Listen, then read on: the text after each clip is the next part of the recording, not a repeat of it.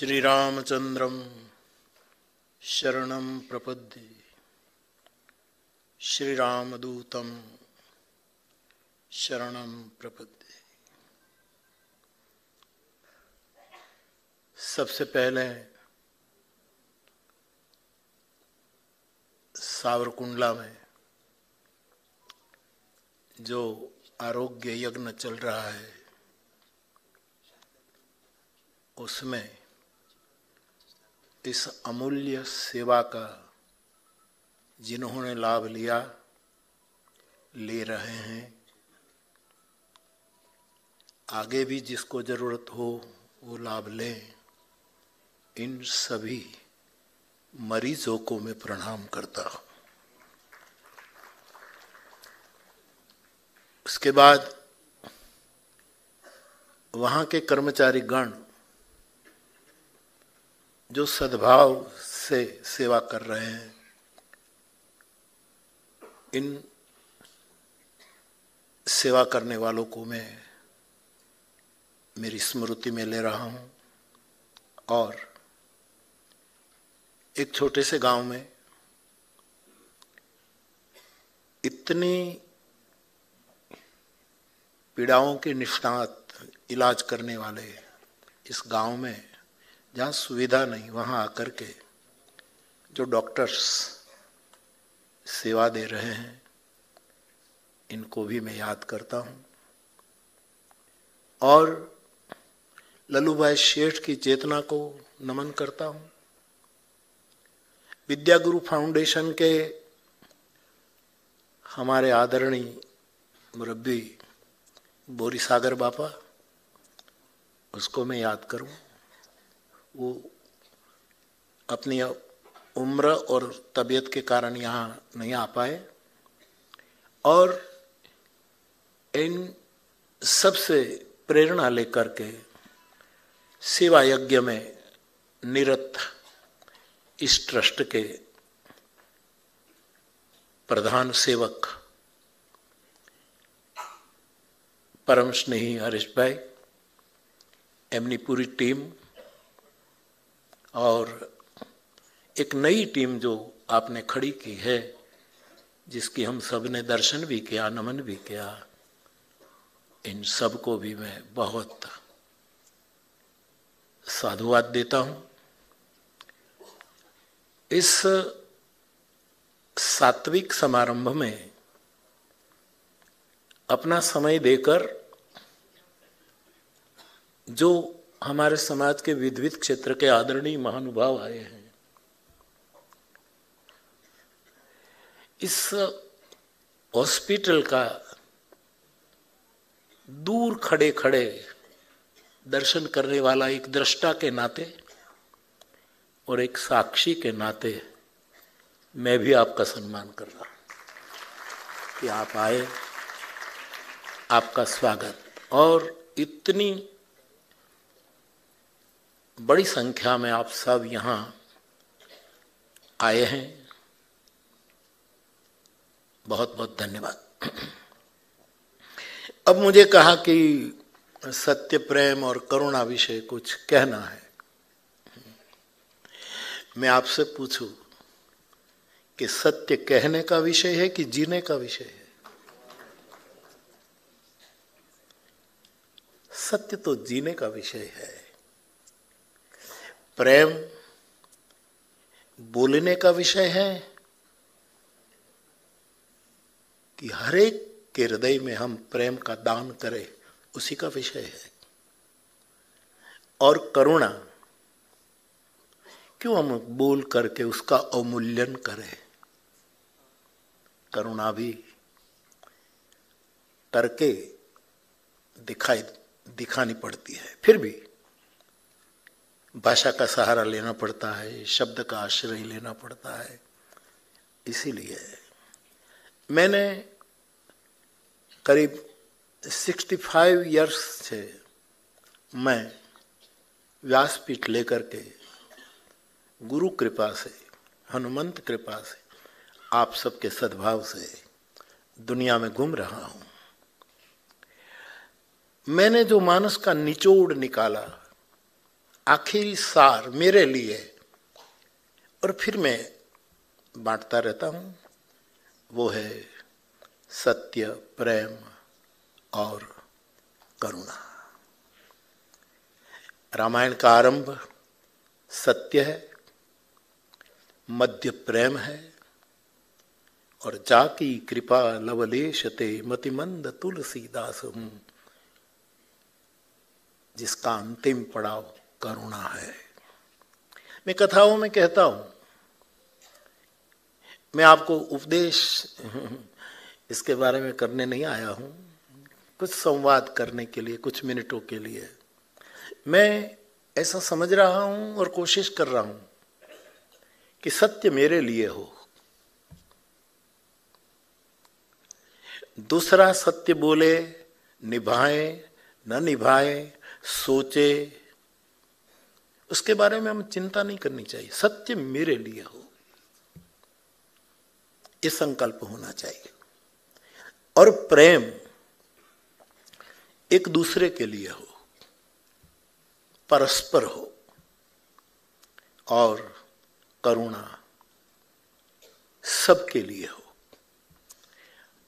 Primary school में teacher रहा हूं शुरू में, इसलिए एक टीचर के नाते भी कह सकता हूं कि सत्य एक वचन है, प्रेम द्विवचन है, और करुणा बहुवचन है। मेरी दृष्टि में सत्य और परम सत्य दो है। एक सत्य है, कभी कभी श्रीमद् भागवत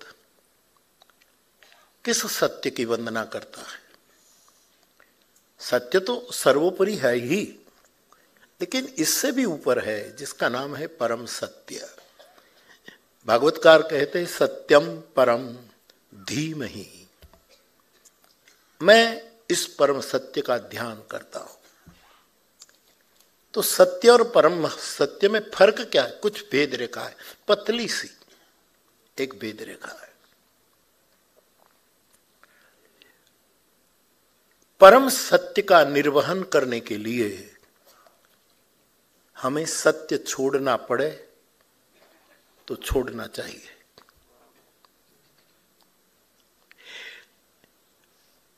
आधार लेता हूं रामचरितमानस का और श्रीमद् भागवत का। राम कथा में आप जानते हैं कि दशरथ का जो सत्य है कि प्राण चले जाए, वचन न जाए, उस सत्य को निभाने के लिए दशरथ जी ने परम सत्य को वन में भेज दिया। यहां कुछ चूक हुई है।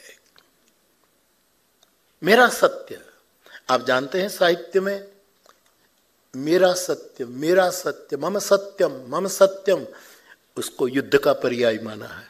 इस मम सत्यम से घर्षण पैदा होता है, संघर्ष पैदा होता है। दशरथ जी ने क्या किया कि मेरा सत्य रह जाए, और इस मेरा सत्य को रखने के लिए विश्व का परम सत्य जो राम है, रामो विग्रहवान धर्म साधु सत्य पराक्रम, इस परम सत्य को उसको वन में भेज दिए। वहां कुछ चूक हुई है। दूसरी ओर श्रीमद् भागवत जी में वसुदेव ने वचन दिया था कंस को कि जो जो बच्चा अवतरित होगा मैं तुरंत आपको सौंप दूंगा। पहला बच्चा, दूसरा बच्चा, बालक देते गए, वो मारता गया। लेकिन जब ये 8वां संतान आया, जो पूर्ण पुरुष के रूप में भगवान कृष्ण आए, तब वसुदेव ने ये सत्य निभाया नहीं। दिया था वचन कि मैं आपको सौंप दूंगा, लेकिन ये संतान के बाद एक टोपले में रखकर, आप जानते हैं, वो गोकुल चले गए। इसका अर्थ ये हुआ कि दशरथ जी ने सत्य को रखने के लिए परम सत्य को छोड़ दिया, और वसुदेव जी ने परम सत्य को रखने के लिए सत्य को छोड़ दिया। ये बहुत बारीक भेद है दोनों में। तो सत्य की कितनी ही व्याख्या की जाए, सत्य का एक सबसे बड़ा आदर्श हमारे पास सामने आया। मैंने तो दर्शन नहीं किया, बुजुर्गों ने, आपने तो दर्शन भी किए होंगे। एक अद्भुत सत्य का आदर्श लेकर हमारे पास एक विश्ववंद्य व्यक्ति आई, जो महात्मा गांधी। तो सत्य जो है और परम सत्य है, विवेकी आदमी को उसका विनियोग कैसे किया जाए, उसके लिए बहुत धैर्य और विनय से काम करना पड़ता है, और खतरा बहुत है। नवाज देवबंदी का शायद एक शेर है, न मैं भूलता हूं तो, मजा देखा मियां सच बोलने का, मजा देखा मियां सच बोलने का, जिधर तू है उधर कोई नहीं है। जहां सत्य लेकर कोई खड़ा होता है वहां भीड़ नहीं होती। मैं तो कभी कभी ये भी सोचता हूं, जरा विचित्रता है, लेकिन ये मेरी जिम्मेवारी से बोल रहा हूं कि ये तो हमारा लोगो है, हमारा एक परम सूत्र है, सत्यमेव जयते। उसको तो लाख लाख सलाम। लेकिन सत्य से क्या लेना देना है जय से और पराजय से। जय हो कि पराजय हो, सत्य दोनों से ऊपर है, सर्वोपरि है। हां, सत्य का जय होता है। आप जानते हैं महाभारत जब रचा गया तो उसका पहला नाम जय है। 3 नाम की यात्रा करके महाभारत आज 1 लाख श्लोक में हमारे पास उपलब्ध है। 3 बार नाम बदले हैं। तो मेरे कहने का मतलब, सत्य वो है, और मैं कितना सत्य निभा रहा हूं ये मैं जानता हूं। आप सत्य की दुहाई लेते होंगे, देते होंगे, तो आप जानते हैं। लेकिन कठिनाई बहुत है। मैं इतना ही कहूंगा कि जो सत्य का उपासक है, सत्य का पुजारी है, सत्य के साथ ही जिसकी सांस चलती है, ऐसे आदमी को, ऐसे साधक को, ऐसे साधु पुरुष को जहां तक हो समाज को पता न लगे ऐसे सत्य की सेवा करे। समाज को पता लगेगा। सुकरात के सत्य का पता लगते ही सुकरात पर विपत्ति टूट पड़ी। हरिश्चंद्र के सत्य का पता लगते ही काशी के बाजार में खुद को, पत्नी को, एकलौते बेटे को बेचना पड़ा। जहां जहां सत्य, राम के सत्य के, उसको वन जाना पड़ा। गांधी बापू को मौत मिली। सत्य में मुश्किल बहुत है।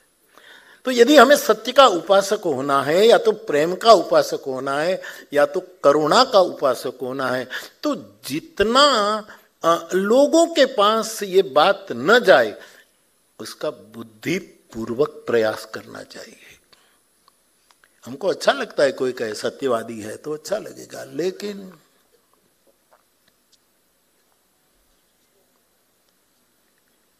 हम ही जाने ऐसे जीना पड़ेगा। तो ये सत्य के बारे में थोड़ा मैं इतना ही कहूं। उसके बाद प्रेम। प्रेम और परम प्रेम वहां भी 2 है। एक प्रेम है, दूसरा परम प्रेम है। परम प्रेम जब सामने खड़ा हो जाए तो प्रेम को शायद छोड़ने की नौबत आए तो छोड़ना चाहिए, क्योंकि परम प्रेम को बचाना चाहिए। आरिश भाई अभी एक पिक्चर की पंक्ति गा गए, जिस देश में गंगा बहती है।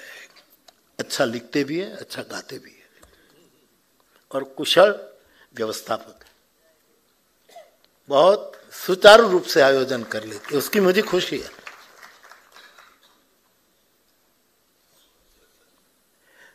तो पंक्ति मैं भी ऐसे ही कहूं।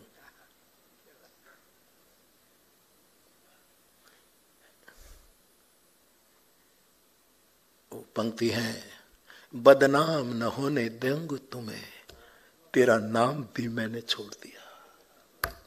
परम प्रेम की अवस्था में प्रेम भी छोड़ना पड़ता है, क्योंकि परम प्रेम से आगे कुछ नहीं है। वो सामने वाला प्रेम करे कि न करे ये बातें छोड़ो। प्रेम देने की चीज है, हर एक को प्रेम दो। मेरा तो मंत्र ही है, प्रेम देवो भव, प्रेम देवो भव, प्रेम देवो भव। हम सब कुछ कर सकते हैं। राग द्वेष और द्वेष, निंदा और ईर्ष्या, इसका कोई अस्तित्व नहीं है, लेकिन प्रेम का अभाव होने के कारण वो दिखने लगता है। ओशो ने कभी कहा था कि अंधेरे की कोई सत्ता नहीं, ये उनके विचार है, अंधेरे के विचार मेरे कुछ और है। ओशो कहते हैं कि अंधेरे की कोई सत्ता नहीं है, प्रकाश के अभाव का नाम अंधेरा है। तलगाजरडा कहता है कि द्वेष, ईर्ष्या और निंदा का कोई अस्तित्व नहीं है, प्रेम का अभाव ही उसको बल देता है। यदि हम प्रेम करने लगे, ये हॉस्पिटल क्यों है? प्रेम करने के लिए। सेवा करने से भी ज्यादा प्रेम करना श्रेष्ठ है।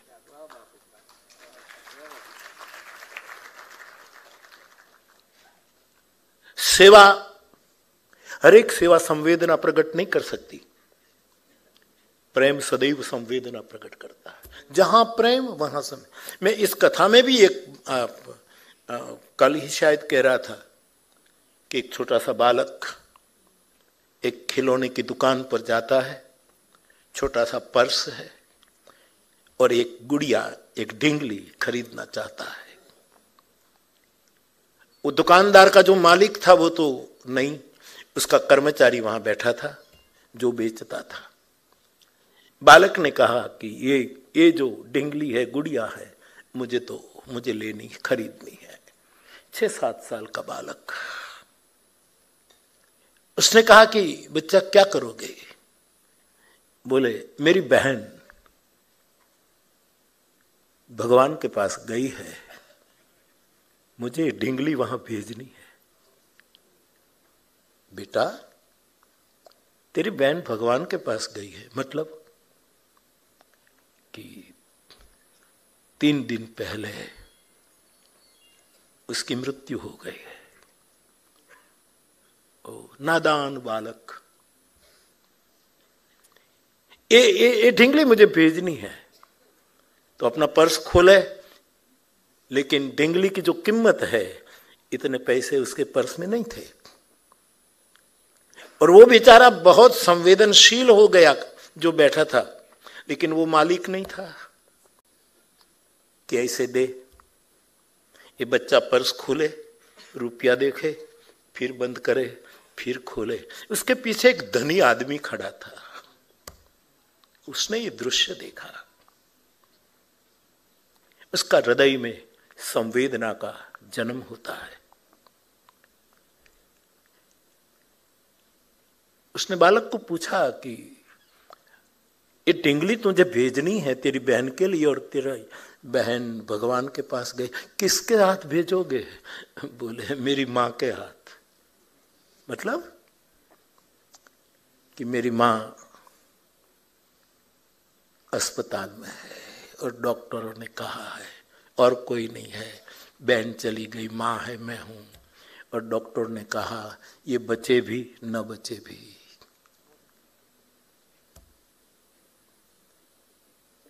अब ढिंगली खरीदने जैसे जितने पैसे, इतने पैसे नहीं थे।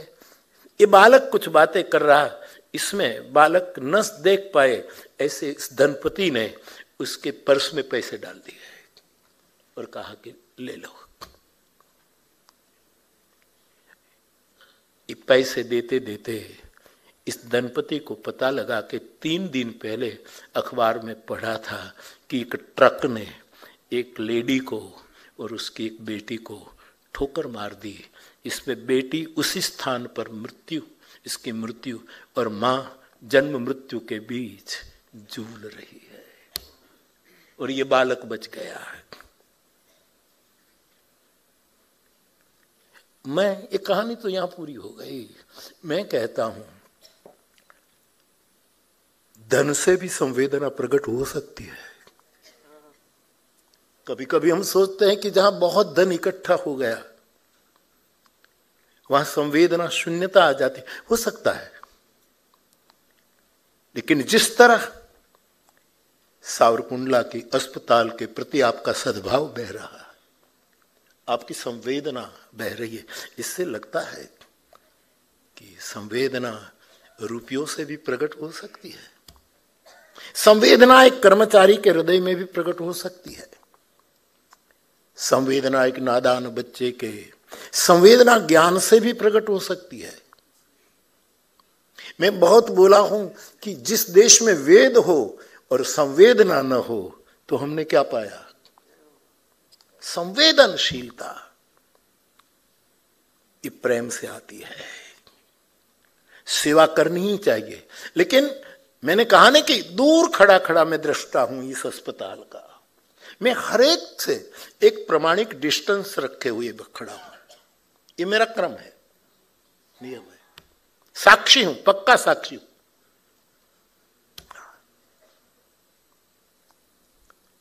कुछ ऐसी प्रेमपूर्ण सेवा हो रही है, इसकी मुझे साधु के नाते खुशी है।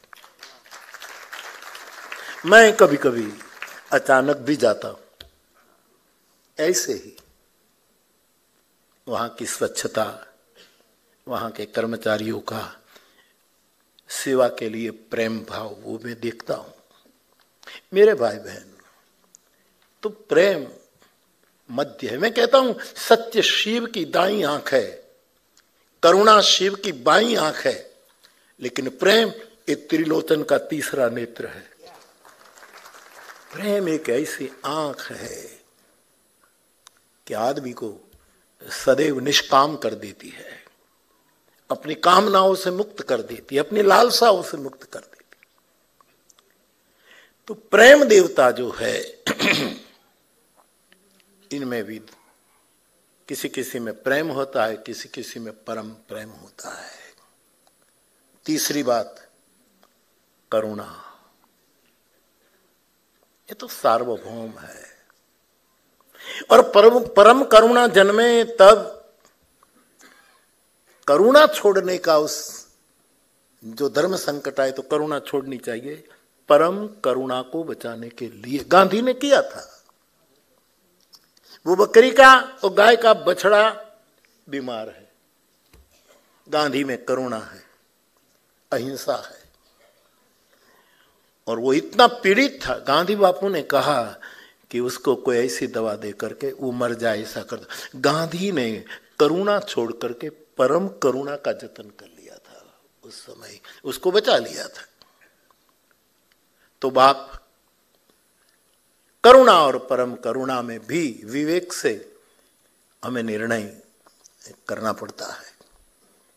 और तीनों में जहां तक संभव हमारे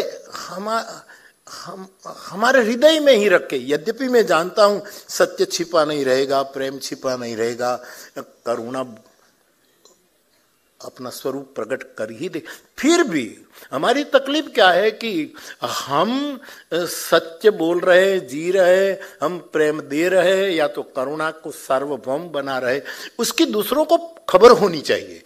ये जो हमारे मन में रहता, ये थोड़ा स्खलन पैदा करता है।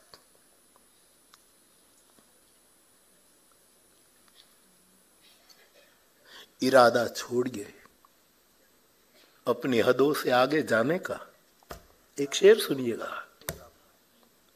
कोई भी क्षेत्र के आदमी, मैं अपनी व्यासपीठ से शुरू करूं, आप अपने अपने लेवल से शुरू करें। सीधा साधा शेर, इरादा छोड़िए अपनी हदों से आगे जाने का। ए मुरारी बापू, व्यासपीठ से आगे जाने का इरादा छोड़ो। मैंने कोई ऐसा कहे पराग भाई कि बापू आप संसद का चुनाव लड़ो। एक अफवाह फैली थी कुछ साल पहले जब हमारे छबिलदास मेहता सीएम बने, गुजरात के छबिल भाई मेहता, और संसद का चुनाव था, तो किसी ने अफवाह फैला दी। और अफवाह शहरों में ज्यादा फैलती है क्योंकि वहां मिट्टी नहीं होती है। गांव में मिट्टी होती तो मिट्टी उड़ती है, और शहर में मिट्टी नहीं, इसलिए अफवाह ही उड़ती। कुछ तो उड़ेगा। तो मैं गुरुकुल में बैठा था और छबिल भाई मेरे पास आए कि बापू सब लोग बात कर रहे हैं कि बापू फॉर्म भरने वाले हैं सांसद के रूप में। मैंने कहा ये कौन मेरा स्नेही है जिसने ये बात कही? बोले नहीं बापू, मैं यही कहने आया हूं कि यदि आप चुनाव लड़ने वाले हैं तो मैं उम्मीदवारी नहीं करूंगा। ये उसका सद्भाव। लेकिन कोई ऐसी मुरारी बापू को याद रखना चाहिए कि इरादा छोड़िए अपनी हदों से आगे जाने का। हर एक हमारी उपलब्धि जो है, हम जहां है, हां, यदि सत्य है, यदि प्रेम है, करुणा है, तो हमारी चरई वैती खबर नहीं कितनी कितनी मंजिलों को सर करेगी। लेकिन इरादे नहीं, मैं ये कर लूं, मैं ये कर लूं, मैं ये कर लूं, मैं इनका रिकॉर्ड तोड़ दूं, मैं फला कर दूं, नया रिकॉर्ड स्थापित करूं, नहीं। इरादा छोड़िए अपनी हदों से आगे जाने का, क्योंकि जमाना है जमाने की नजर में न आने का। ये दुनिया है, हम किसी की नजर में ना आ जाए कि ये तो सत्यवादी है, फिर बहुत कष्ट पड़ेगा हरिचंद की तरह। ये बड़ा परम प्रेमी है, ये दुनिया को दुनिया की नजर में आ गया। जमाना तो ऐसा है, इसलिए इरादा छोड़िए अपनी हदों से आगे जाने का। जमाना है जमाने की नजर में न आने का, क्योंकि दुनिया की नजर में आ जाते हैं तो फिर मुश्किल हो जाती। जिन्होंने सत्य की साधना की है, ये गोपनीय साधना है। जिन्होंने प्रेम की साधना की है वो परम गोपनीय साधना है, और जिन्होंने करुणा की साधना की है परम गोपनीय है। लेकिन दाबी दूबी ना रहे, कस्तूरी की बात ये छिपी तो रह सकती नहीं। कोशिश करें हम सत्य, प्रेम और करुणा। सत्य जीभ में बसता है, सामान्य स्तर का सत्य। सत्य का स्थान जीव है, प्रेम का स्थान जीव है, प्रेम जीव में, और करुणा का स्थान समग्र जीवन में है। भगवान से प्रार्थना करें कि ये सत्य, प्रेम और करुणा, तो आपको सावरकुंडला की हॉस्पिटल में सत्य दिखे, प्रेम दिखे और करुणा दिखे, तो स्पेशल प्रोग्राम बनाकर आओ तो ठीक है, वरना जब उधर से गुजरो निकलो तो जरा देखते जाइए, मरीजों की हालचाल पूछते जाइए, उसको खबर पूछते, शुभकामना व्यक्त करिए। घनश्याम भैया ने एक योजना पेश कर दी इन लोगों को बिना पूछे। कितना? 250 रुपया रोज देना, डेली आपका। तो महीने का कितना होता है? 7,500। साल का कितना? शुरुआत मैं करता हूं। कितना साल का? कितना? 90,000। हाँ, मेरी व्यासपीठ जो है आजकल मुंबई में, ये व्यासपीठ की प्रसादी के रूप में हम 1 लाख रुपया भेज देंगे।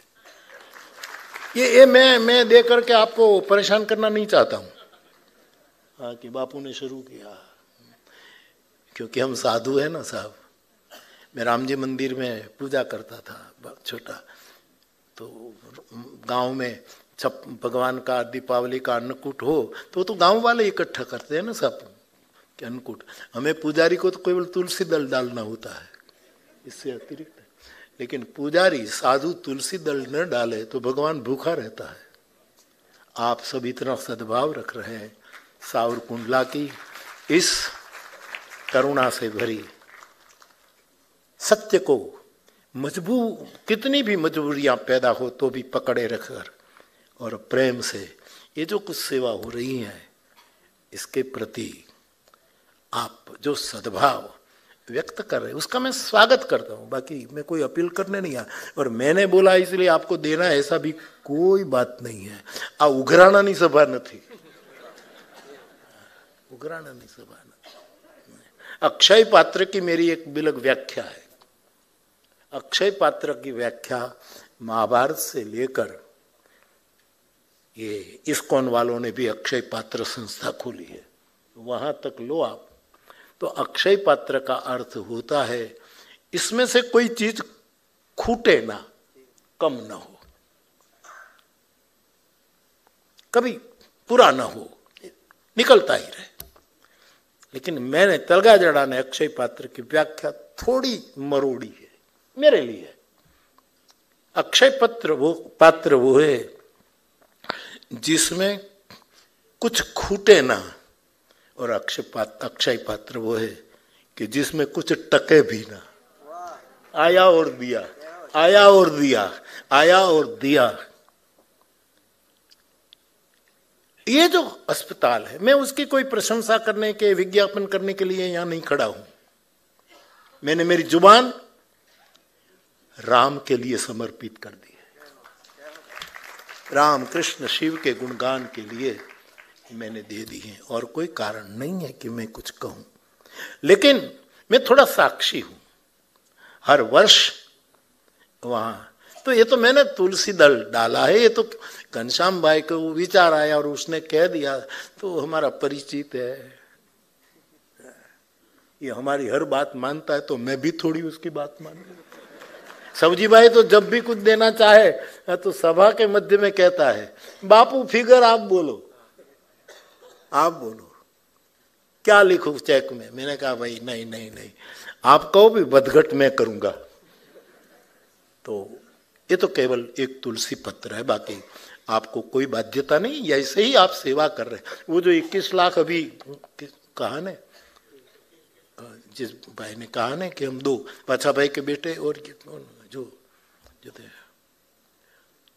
वो मुझे कहकर गए कि आज के लिए फिर हर साल में कुछ कर सकूं ऐसा आशीर्वाद देना।